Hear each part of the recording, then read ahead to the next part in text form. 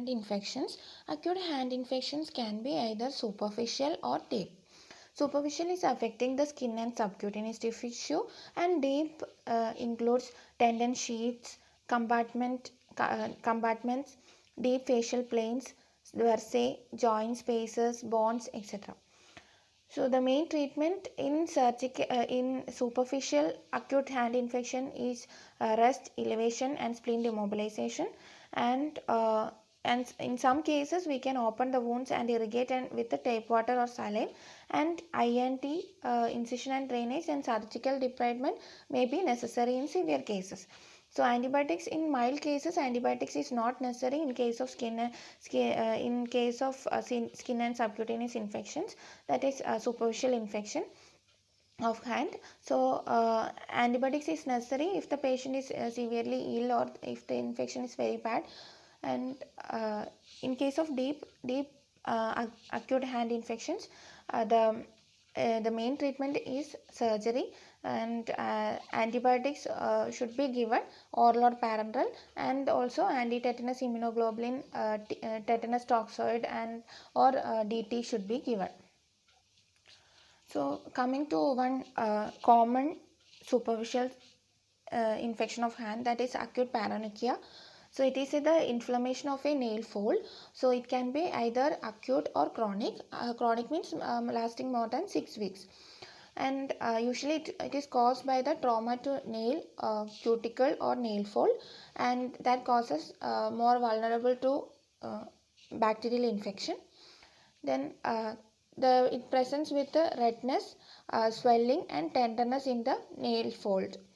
And the usual causative organisms are staphylococcal or streptococcal. And in case of mild paronychia, warm socks and maybe topical antibiotics like gentamicin or mupirocin are necessary. And in case of abscess, if there is abscess, then we have to drain the pus. And antibiotics, ideally if it is a clean wound, or if draining is correct, and then no need of antibiotics. And if severely ill or immunocompromised, then antibiotics should be given, oral antibiotics should be given. We can give trimethoprim, sulfamethoxazole, or cefalexin or amoxiclav. Next about the phalon. Second one is phalon, which is another common superficial infection of the hand.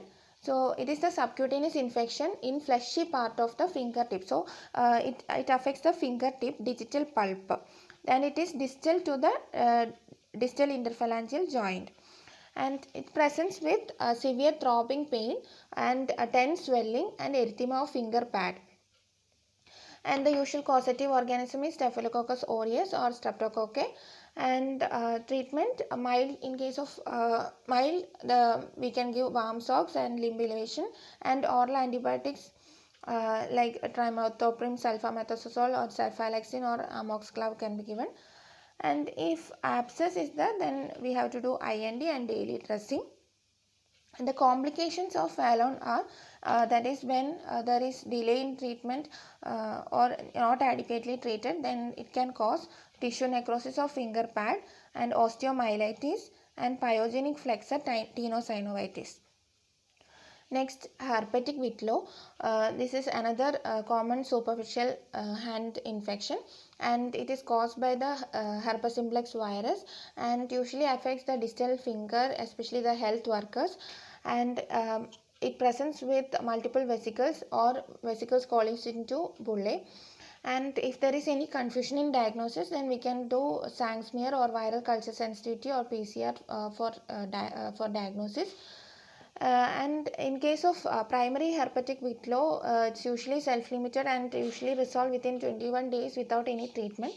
But in case of recurrence or in case of immunocompromised patients, then we will have to give antiviral, oral antiviral, acyclovir, valacyclovir, or famciclovir.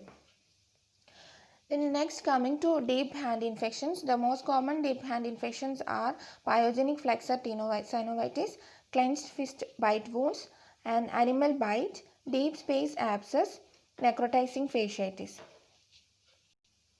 About the Pyogenic flexor tenosynovitis, it is the closed space infection of flexor tendon sheath. So flexor tendon sheath will be there in the hands.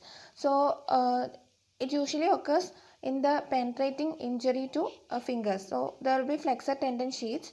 So if there is penetrating injury to the finger, it can cause the disruption of synovial fluid, and in around the flexor tendon sheath there is lot of synovial fluid, and that causes the bacterial invasion into the synovial fluid, and that causes increase in pressure in the sheath, and that causes decrease in vascular flow, and that causes tendon necrosis and later tendon rupture.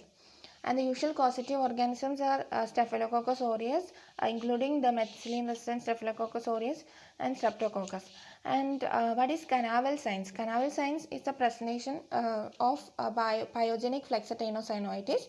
So that is patient presents with fusiform swelling, flexed position, and pain with passive extension, and tenderness to palpation of tendon sheath. So these are the Canaveral signs of pyogenic flexor tenosynovitis. And treatment is mainly antibiotics, and in some cases minimal incision and catheter irrigation, or mostly this may need minimal incision and catheter irrigation.